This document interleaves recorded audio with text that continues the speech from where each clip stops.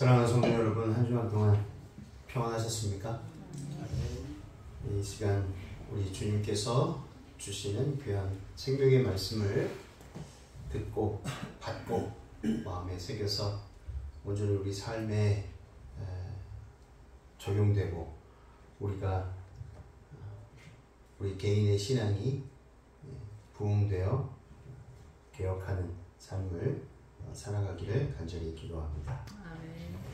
오늘 말씀의 제목은 안락함의 두 얼굴입니다. 먼저 본문 말씀 보도록 하겠습니다. 민수기 25장 1절로 3절 말씀입니다. 이스라엘이 시딤에 머물러 있더니 그 백성이 모압 여자들과 음행하기를 시작하니라. 그 여자들이 자기 신들에게 제사할 때에 이스라엘 백성을 청하매 백성이 먹고 그들의 신들에게 절함으로 이스라엘이 바알볼에게 가담한지라. 여호와께서 이스라엘에게 진노하시니라. 이스라엘은 이 아모리 왕 시혼과 바산 왕 옥을 물리쳤습니다. 그래서 이 승리를 얻은 이스라엘 군대는 마음의 큰 기쁨과 하나님께 대한 새로운 믿음을 가지고 바산에서 요단으로 돌아왔습니다. 그들은 요단 강가로 돌아왔습니다. 그들은 이미 귀중한 영토를 소유했고 즉시 가나안을 정복하리라는 확신을 갖게 되었습니다. 그들과 약속의 땅 사이에는 요단강이 가로놓여 있을 뿐이었습니다. 이 그늘진 골짜기의 기후는 열대성이었는데 그곳에는 시딤나무 혹은 아카시아라고 불리는 나무가 무성하여서 이 평야를 시딤 골짜기라고 불렀습니다. 이곳에서 이스라엘 백성들이 진을 쳤고 그들은 요단 강변에 있는 아카시아 숲 속에서 매우 쾌적한 안식처를 발견하였습니다. 그런데 기쁨도 영광도 잠시 영적 타락의 길에 들어서게 된 이스라엘. 영적 쇠퇴의 원인은 무엇이었을까요? 이스라엘 백성들이 시딤에 머물러 있을 때 이스라엘 남자들이 모압 여자들과 음행한 사건이 터졌습니다. 모압은 그들의 신인 바알볼을 위해서 제사를 바치는데 그 마지막 순서는 음행이었습니다. 그 음행에 이스라엘 남자들이 관련되었던 것입니다. 이 이방 신의 제사의 마지막은 항상 아주 난잡한 집단 성행위였습니다. 이 바알볼은 모압 왕 발락이 첫 번째로 이스라엘을 저주하기 위해 발람을 데리고 올라간 그 부올산에 있는 바알의 산당에 있었습니다. 여호와께서 모세에게 이 음란한 우상 숭배에 가담한 이스라엘의 두령들을 목 매달아 죽여 여호와의 진노에서 피하라고 말씀했습니다. 그런데 이스라엘 남자 하나가 미디안 여자를 진영에 데리고 들어왔습니다. 이 사실을 안 아론의 손자 비느하스가 손에 창을 들고 장막에 들어가 두 사람의 배를 뚫으니 비로소 이스라엘 가운데 연병이 그치게 되었던 것입니다. 첫 번째, 이 잘못된 만남이 이스라엘에게 그 평안하고 안락한 장소에 있었던 이스라엘에게 아주 큰 범죄를 저지르게 했던 원인 중에 하나였습니다. 선지자 발람의 타락이었습니다. 발람은 삼키다, 또 돌이키다, 또 난폭하게 파괴하다 등의 의미를 가진 동사에서 파생된 이름입니다. 그래서 이 이름의 뜻은요, 백성을 망하게 하는 자라는 뜻입니다. 신명기 23장에도 메소포타미아 지방의 부도 사람이다, 그리고 부의 아들이다 라고 나와 있습니다. 이때 시대적 배경, 이스라엘의 출애굽 후에 광야 생활 40년을 거의 마쳐갈 무렵입니다. 그래서 이제 요단강만 건너면 약속된 가나안으로 입성하는 그런 시기였습니다. 이스라엘 백성이 여리고성 맞은편 모압 평지에 진을 쳤을 때 활동한 인물, 바로 그때의 인물이 발람이었습니다. 그리고 그때 함께 그 발람을 꾀었던 당시 모압 왕 발락이었습니다. 이 발람의 생애는 이렇습니다. 이스라엘 백성이 모압에 이르렀을 때 모압 왕 발락으로부터 이스라엘을 저주할 것을 부탁을 받습니다. 여호와께서 원하지 않으셨음을 알았으므로 첫 번째 요청을 거절합니다. 무엇이든 원하는 대로 해주겠다는 제의를 받고 그런 발락의 제의를 받고 이스라엘을 저주하기 위해 떠납니다. 가는 도중에 나귀의 입을 통해 하나님의 경고를 받았음에도 불구하고 계속 그 길을 떠납니다. 그러나 하나님의 강권적인 섭리로 오히려 이스라엘을 3번씩이나 축복하게 됩니다. 거꾸로 발락이 제안한 보수에 탐이 나서 이스라엘을 타락시킬 계략을 짜서 성공시키지만 안타깝게도 이스라엘이 미디안에게 원수 갚을 때 비참한 죽음을 당하게 됩니다. 부조와 선지자 439쪽에는 발람에 대해서 이렇게 서술하고 있습니다. 일찍이 발람은 선량한 사람이었고 하나님의 선지자였다. 선량한 사람이었고 하나님의 선지자였어요. 그러나 그는 배도하고 탐욕에 빠져 있으면서도 여전히 지극히 높으신 분의 종이라고 공언하였다. 숨기고 있었습니다. 발람은 자기의 저주가 이스라엘을 해할 수 없으리라는 사실을 알고 있었다.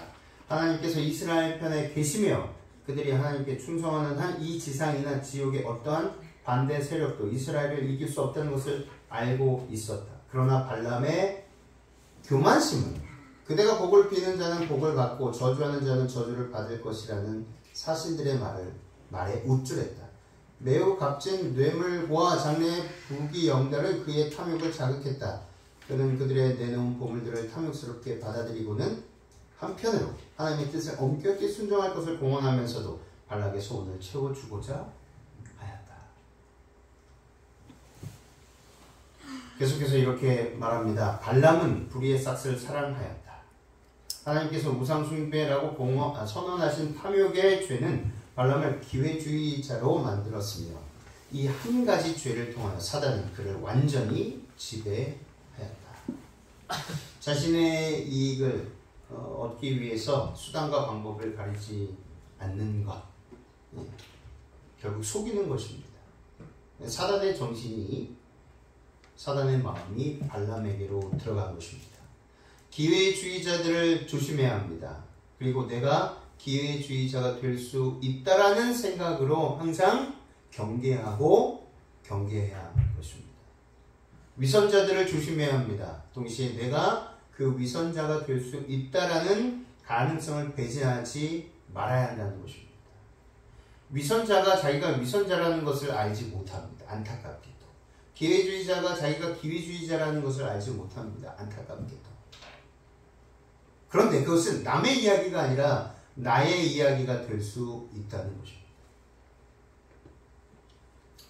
오늘 말씀의 제목 안락함의 두 얼굴인데요. 안락함의 이면에 숨어있는 안락함의 늪에 빠질 수 있다는 것입니다.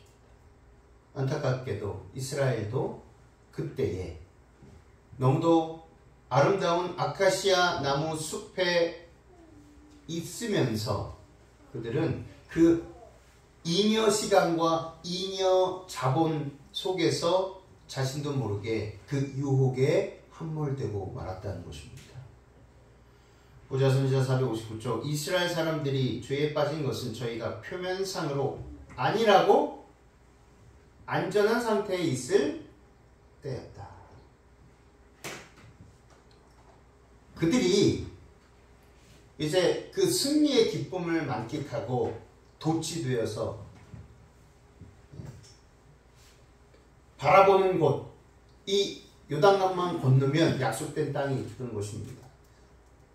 거의 끝났습니다. 우리가 할 일을 다 했다 생각하고 경계의 끈을 놓치고 만 것입니다.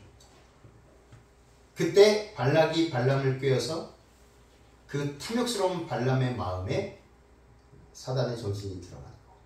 그래서 발람과 짜고 이스라엘 백성들을 죄의 늪에 빠지게끔 한 것입니다.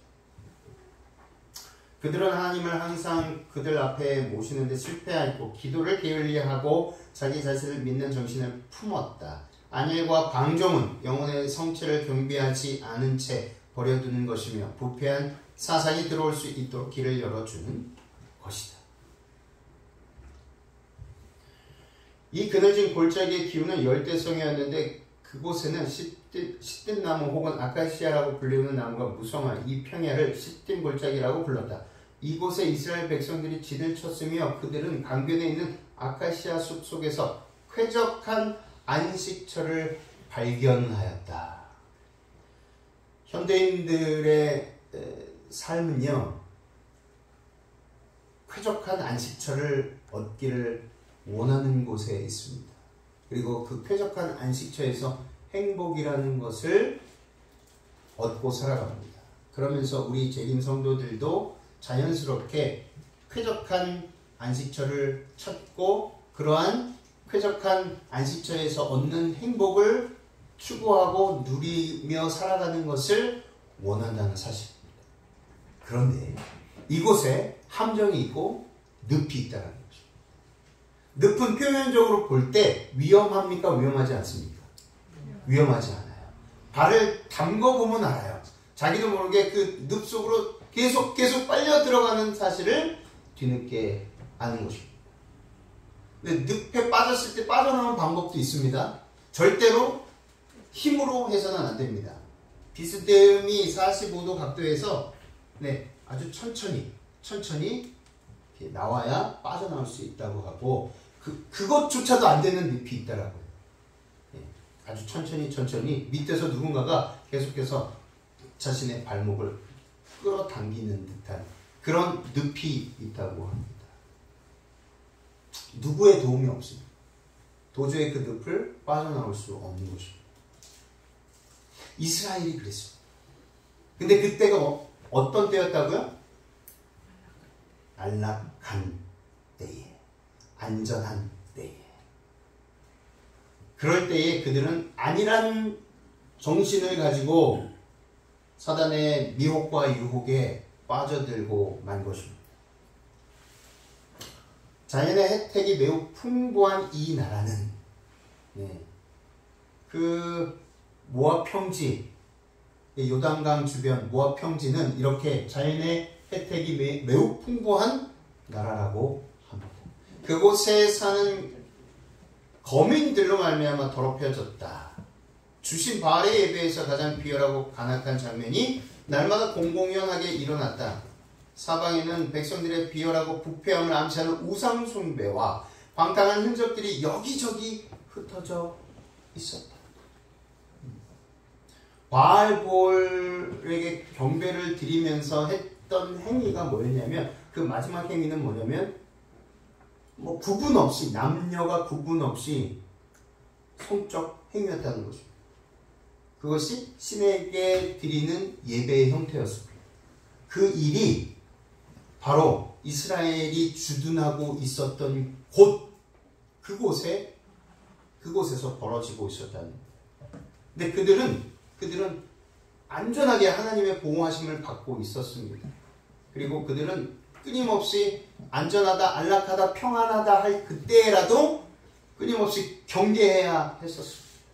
그런데 그들은 그것을 놓치고 말았던 것입니다. 이러한 환경이 이스라엘 백성들에게 부패한 감화를 끼쳤다. 그들의 마음은 끊임없이 암시되는 비열한 생각에 익숙해지고 그들의 안일하고 나태한 생활입니다. 안락함에 빠져 있으면 평안하다라는 그 시간 속에 있다 보면 남은 시간과 남은 물질이에요. 우리는 흔히 이것을 잉여 시간과 잉여 물질이라고 합니다.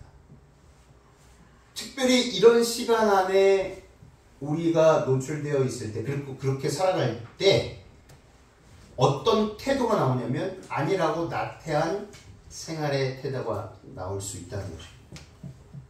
안일하고 나태한 생활은 저들의 생활을 문란하게 해서 자신들이 거의 의식하지 못하는 사이에, 이게 중요하죠. 어떨 때요? 의식하지 못하는 사이에 전혀 깨닫지 못한다는 거예요. 가랑비에 어떻게 됩니까?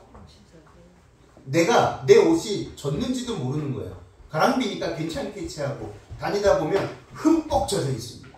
감기 걸리죠. 네. 그 사이에 하나님께로부터 떠나 쉽사리 유혹의 희생물이 될 상태에 들어가고 있었다. 그 상태에 놓여 있다는 것입니다. 내가 인식하지도 못할 때, 전혀 반응하지도 못할 때 그렇게 이미 빠져 있었다는 거예요. 이미 나는 내가 인식하지 못할 때에 늪에 빠져 있어서 이게 늪이네? 그제서야 빠지면서 그제서야 알 수 있다는 것입니다. 그러므로 물질적 풍요, 안전하고 안락한 삶을 추구하는 사회복지제도, 분쟁과 전쟁이 없는 평화, 안전하고 평화로울 때에 사단은 하나님의 백성들을 유혹하여 영적 쇠퇴의 길로 인도한다는 것입니다. 역사적으로 보면 핍박과 박해가 있을 때는 더 많이 연합하고 더 많이 기도하고 그래서 신앙 부흥이 있었습니다. 그런데 정반대로 전쟁이 없고 평안하고 평화가 계속 유지되고 잘 먹고 잘 살게 될 때에, 그리고 사회적으로 복지제도가 아주 훌륭하게 마련되어 있을 때, 그것을 누릴 때 현대인들은 영적 쇠퇴기를 걷게 된다는 것입니다. 근데 우리도, 재림성도라고 하는 우리도 그것에 편성하여서 자연스럽게 구원 열차를 탄 것이 아니라 어떤 열차를 탄 거예요? 복지제도가 너무도 잘 되어 있는 그 열차를 타고 평안하다, 안락하다, 걱정 근심이 없구나, 이런 곳에서 열심히 교회에서 남을 도와주고 내 만족하고 이렇게 살아가면 예수님이 곧 오시겠구나. 천만의 말씀.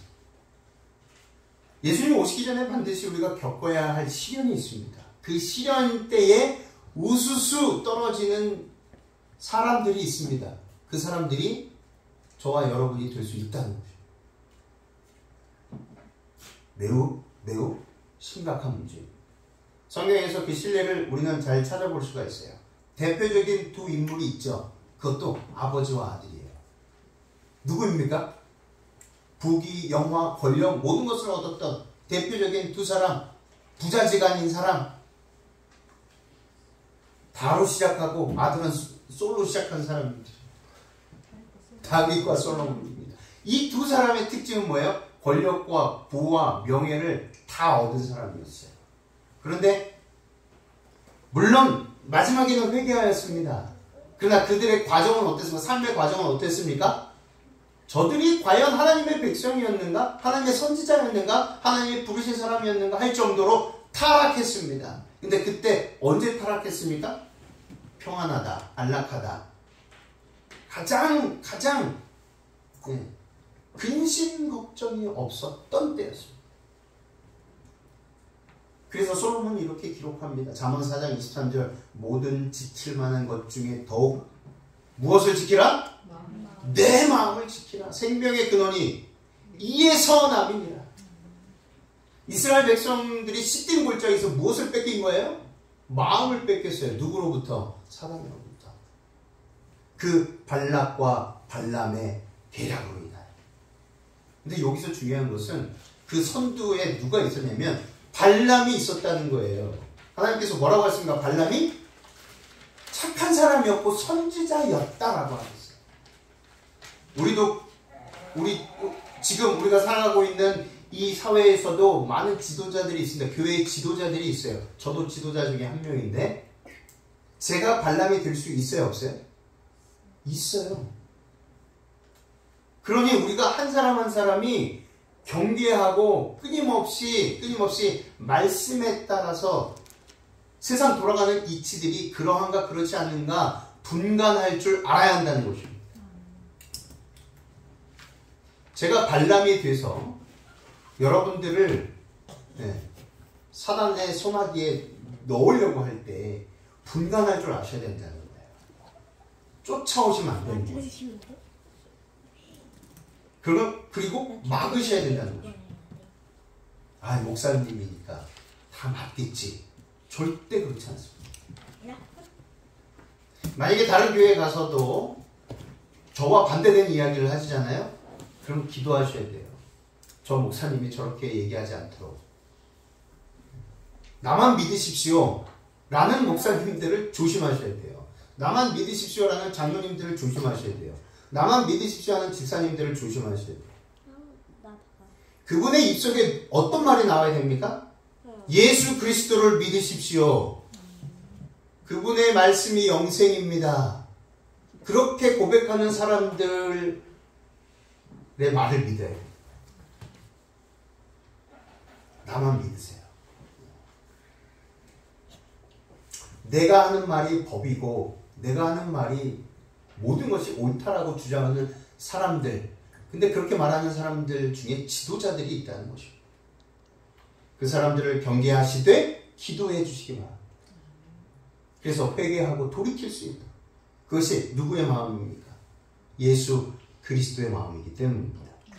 또 잠언 23장 7절에 이렇게 얘기합니다. 대저 그 마음의 생각이 어떠하면 그 위인도 그러한즉 그가 내게 먹고 마시라 할지라도 그의 마음은 너와 함께하지 아니합니다.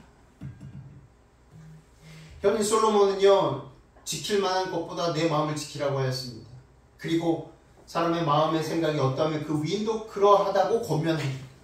사람의 마음은 하나님의 은혜로 새로워져야 한다는 거예요. 그렇지 않으면 생애의 순결을 찾으려는 노력이 헛될 것이기 때문입니다.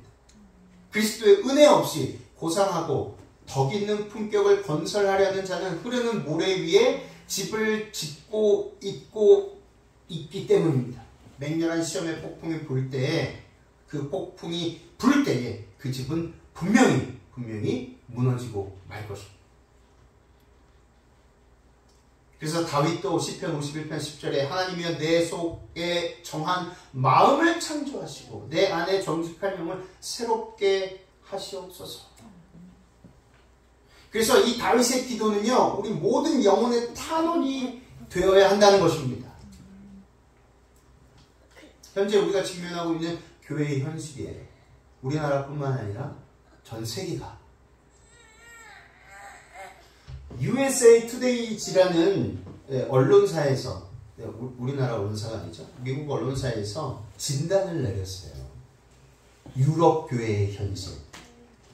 유럽에서 교회가 죽어가고 있다. 더 이상 유럽을 기독교 국가라고 말하기 어려워졌다. 그러면서 이렇게 이야기를 합니다. 교회 쇠퇴 현상 첫 번째, 유럽에는 워낙 교회가 많다 보니 웬만해선 보호 대상 유적지로 지정되지도 못한다. 많은 교회가 교인들의 헌금으로 재정을 유지하고 있다. 예배 참석자가 노인들 30명에서 40명인 교회가 수두룩하다.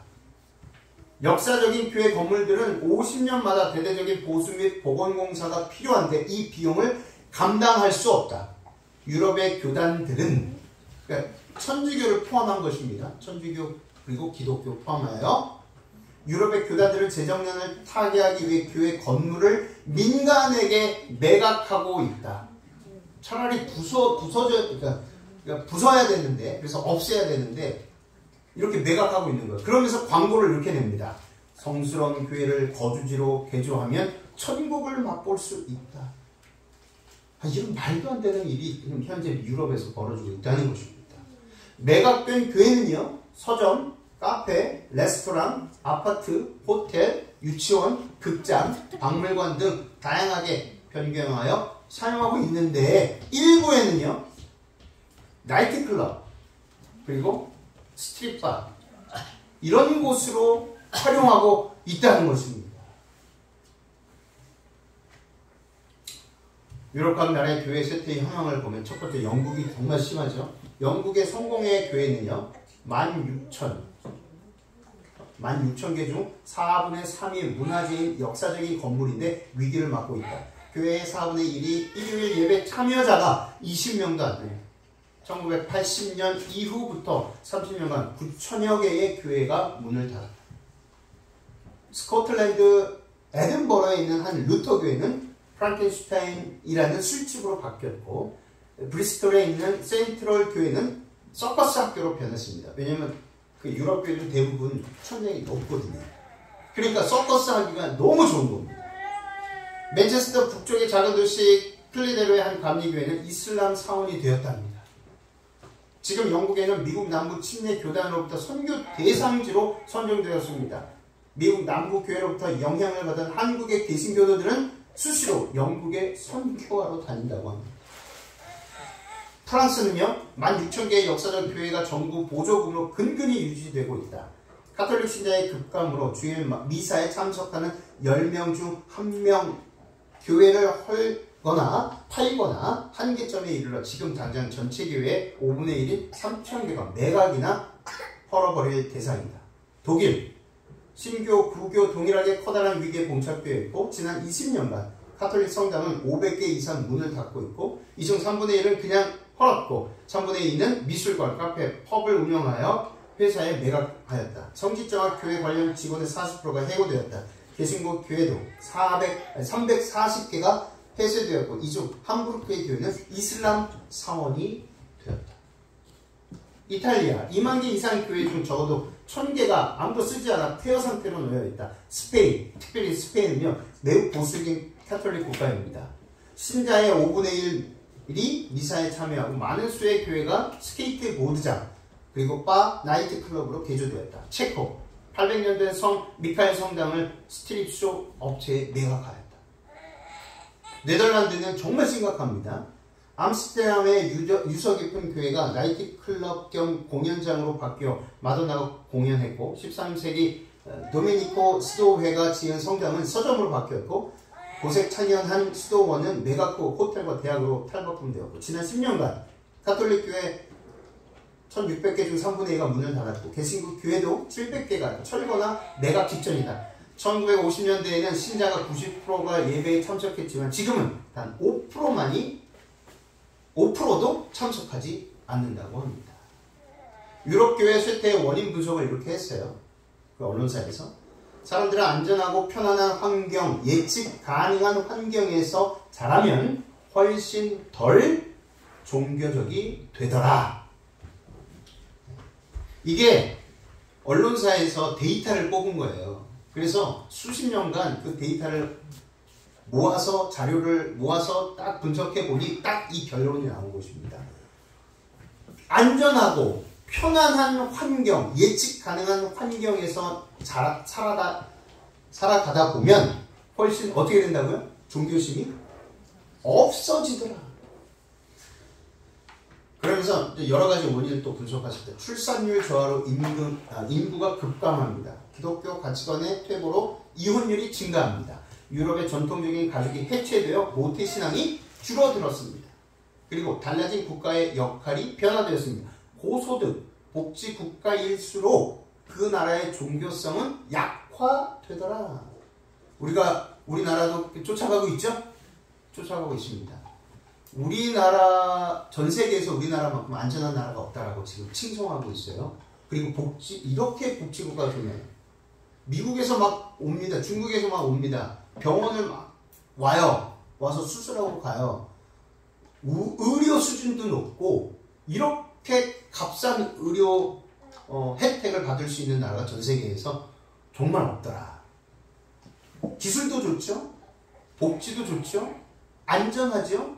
카페에 물건을 놔둬도 안 갖고 간다는 거예요. 지금 유럽에 가보시면 항상 유럽에 가기 전에 이야기를 듣습니다. 소지품 조심하세요. 스페인에서는 길 가는데도 그냥 뺏어가잖아요. 핸드폰을 들고 있는데. 선진국이라고 하는 나라에서도 이런 일들이 비일비재하고 있다는 것입니다. 그러니 우리나라가 얼마나 복지국가로 가고는 있지만, 그래서 그 복지국가로서 완성도를 굉장히 높여가고 있지만, 대신 종교성이 매우 떨어지고 있다는 거죠. 과학의 발달과 높아진 교육 수준, 진리로서의 성경의 의문을 제기하게 만드는 과학, 누구나 보편적인 교육을 받아 의식 수준을 향상시킵니다. 챗 GPT 요즘 많이 쓰고 계시잖아요. 네. AI 인공지능. 챗 GPT 그 자체가 강신술은 아닙니다. 강신술이 실제적으로 그것을 믿게끔 하는 통로입니다.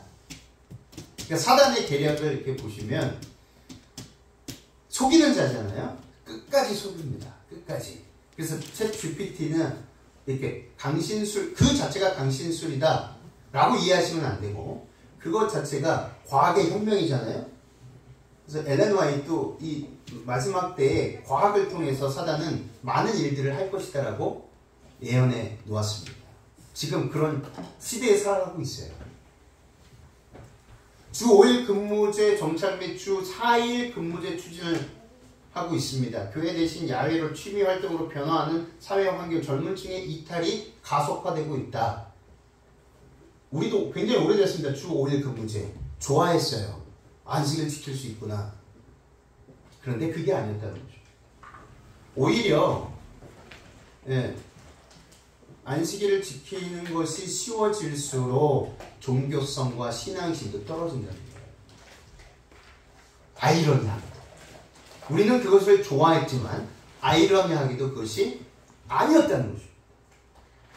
젊은 층의 의식의 변화입니다. 19, 29세 설문조사 결과 신의 존재조차 믿지 않는다라고 체코에서 91%나 됐습니다. 굉장히 심각합니다. 대부분의 유럽 국가의 젊은이들이 60% 이상이 신의 존재를 믿지 않는 무교라고 응답했다. 무교 추세가 더욱 빨라지고 있다. 우리나라도 그렇습니다. 종교가 자신들의 생활에 중요한가? 설문조사 결과 유럽의 젊은 층의 단 21%만이 종교가 생활에 중요하다고 응답했다. 정말 심각합니다.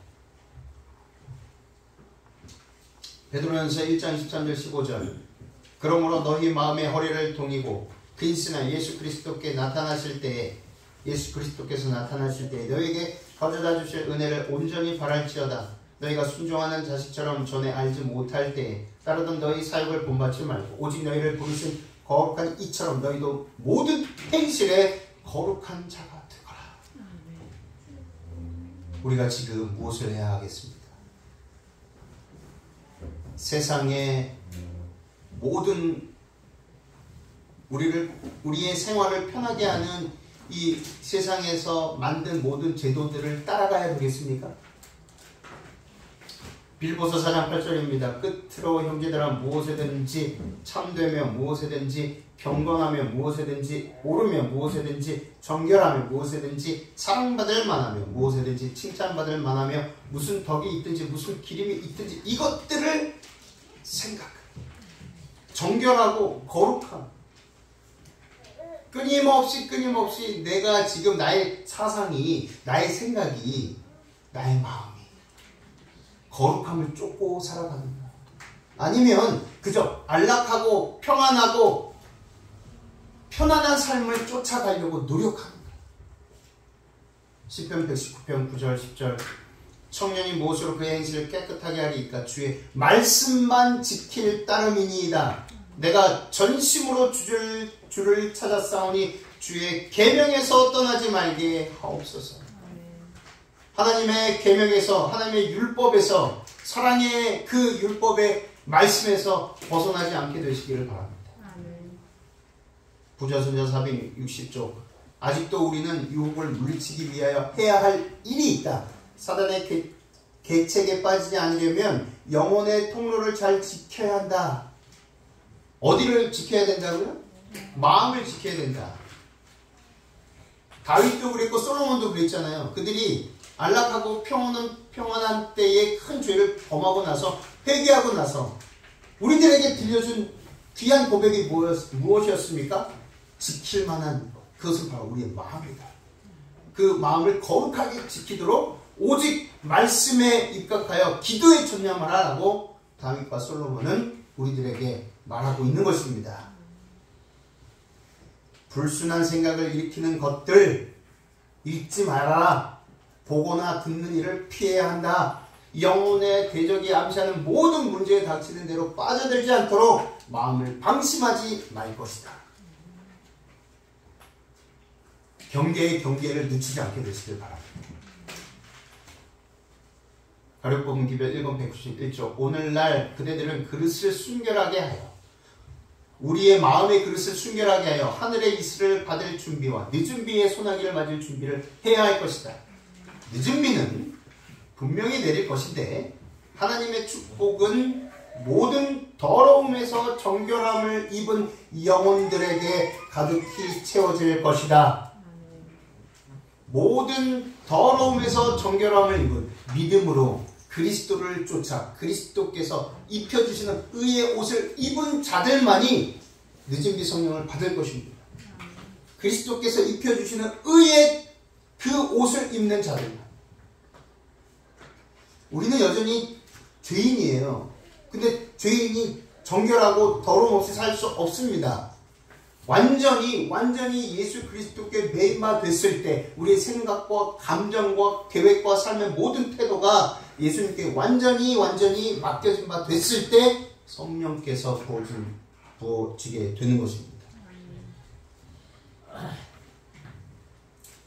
대쟁투 611쪽 1860년대에 1840년까지의 재림운동에는 하나님의 능력이 영광스럽게 나타났다. 1840년에서 44년까지. 첫째 천사의 기별은 세계의 모든 선교지에서 증거되었다. 그리고 어떤 나라들에서는 16세기 종교개혁 이후 어떤 곳에서 있었던 것보다 가장 큰 종교적 각성이 일어났다. 그러나 셋째 천사의 마지막 경고 아래 이루어질 큰 운동은 그것보다 훨씬 더 뛰어날 것이다. 큰 운동이 기다리고 있습니다. 그 운동은 오순절의 운동과 유사할 것이다. 오순절 다락방에서 120명가량 아이로부터 시작해서 노인에 이르기까지 남녀노소 할 것 없이 성령께서 부어주신 바 성령의 그 부음을 받은 사람들, 그 운동이 일어날 것인데, 복음사업의 시초에 귀중한 씨앗의 발화를 위하여 성령을 부어주심으로 이른 비를 주신 것처럼 그 사업의 종말에는 늦은 비를 주셔서 추수할 곡식을 무르익게 하실 것이다. 추수할 곡식을 무르익게 하시는 거예요. 근데 그 무르익게 하시려고 우리들에게 늦은 비 성령을 부어주시겠다라고 약속하신 것입니다. 그런데 조심해야 하고 경계해야 될 것이 또 있습니다. 켄터키의 에즈머리 대학에서 일어난 부흥운동이었어요. 2월 8일부터 16일 동안 어마어마한 숫자가 이곳에서 24시간 내내 뉴스에서 들어보셨을 거예요. 밖에서까지 줄을 섰어요. 들어갈 공간이 없어서. 밖에서까지. 켄터키주 윌모어의 에즈베리 대학교 케빈 브라운 총장이 사랑의 교회 특별 새벽 기도회를 통해 영상 메시지를 전해왔는데 이렇게 얘기했어요. 에즈베리 대학 부흥 집회는 지난 2월 8일부터 16일간 이어졌다. 브라운 총장은 이 기간 경험한 일을 사람의 말로는 온전히 표현하지 못할 것이라고 했다. 그는 16일 동안 이어진 집회에 39개 주 280개 이상의 대학교에서 약 5만 명의 방문객이 찾아왔다. 미국과 해외 전역에서 목마르고 절박한 영혼이 강당으로 왔다. 말 그대로 모든 족속과 언어와 민족이었다. 이렇게 하나님을 구하고 회개하는 절박한 영혼들이 모이는 것을 처음 봤다라고 했다. 많은 사람들이 환호하고 있습니다. 그런데 제가 조심스럽게 말씀을 드립니다. 우리도 환호해야 하는가? 1906년도에요. 이 LA에 있는 이름을 까먹었습니다. 이 지역에 일어난 부흥운동이 있었어요. 이 부흥운동에 선두에 있었던 찰스 판 목사와 윌리엄 시모 목사입니다. 그들은요, 방언이 지상의 교회에 나타난 종말론적인 표현이며 두 번째 오순절 시대의 상징이고 교회가 이전과는 달리 마지막 시대의 부흥의 단계로 진입했음을 보여주는 표적이라고 생각한다라고 말했습니다. 즉 사도행전 2장에서 성령 강림과 외국의 방언이 있고 난 이후 놀라운 부흥이 일어났고 사도들을 통하여 큰 권능이 나타났던 것처럼 자신들을 통하여서도 큰 부흥의 시대가 도래할 것이고 온 세계에 복음이 증거되어 예수 그리스도가 재림하는 종말이 실현될 것이라고 기대했습니다. 이러한 오해는 단순히 찰스 펄햄이나 세이 모어와 같은 사람들의 사역에서 나타나는 방언과 사도행전의 2장의 방언을 같은 차원에서 그 의미를 해석하는 무지에서 비롯되었다라고 생각하는 사람들이 많이 있습니다. 그 반대에 주장을 하는 사람들도 많이 있습니다. 영적 각성 부흥 운동이었다라고 얘기하는 사람들도 많이 있습니다. 그러나 매우 유사하다라는 것입니다.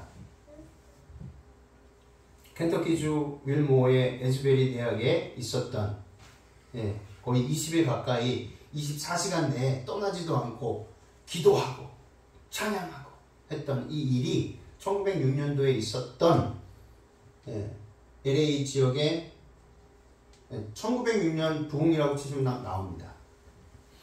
이 지역에 두 사람이 이야기했던, 근데 그 두 사람이 이 두 목사가 주장했던 것이 방언이었다는 거예요. 방언. 대생주 463쪽에 이렇게 나와 있어요. 인기 있는 신앙 부흥. 너무도 흔히 사람의 상상력에 호소하고 감정을 자극하며 새롭게 놀랄만한 것에 대한 호기심을 만족시키는 방법으로 이루어진다.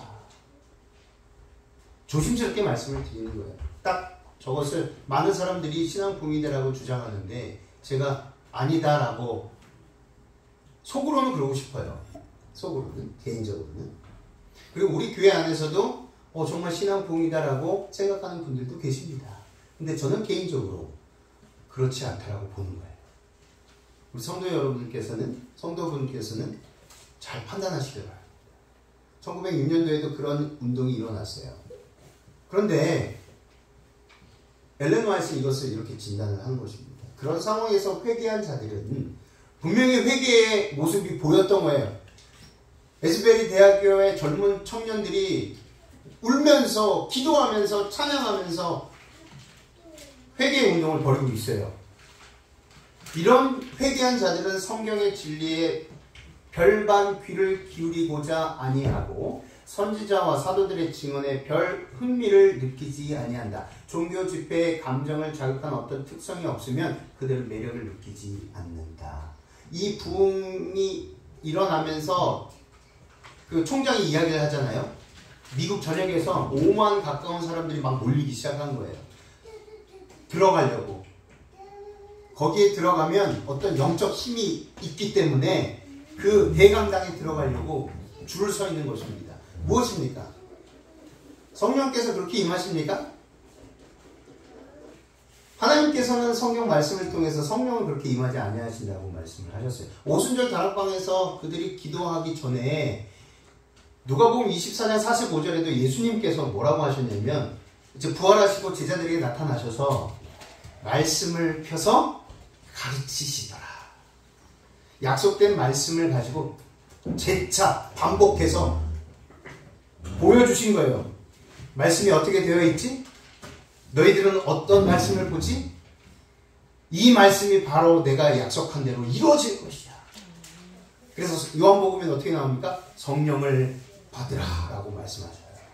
그러니까 성령을 받기 전에 반드시 약속된 말씀을 재차 강조하시고 가르치시고 그들의 마음속에 확인시켜 주십니다. 그리고 나서 그들은 말씀에 입각하여서 모이고 기도하였습니다.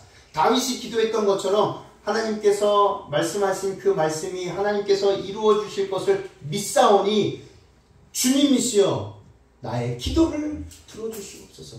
자, 기도의 중심이 뭐였냐면 약속된 말씀이었다는 거예요. 그런데 이런 현상들을 볼 때 에즈베리 대학교의 그런 5만에 가까운 그리고 24시간 내내 지치지도 않아요. 그런 힘이 어디서 나왔냐라는 거죠.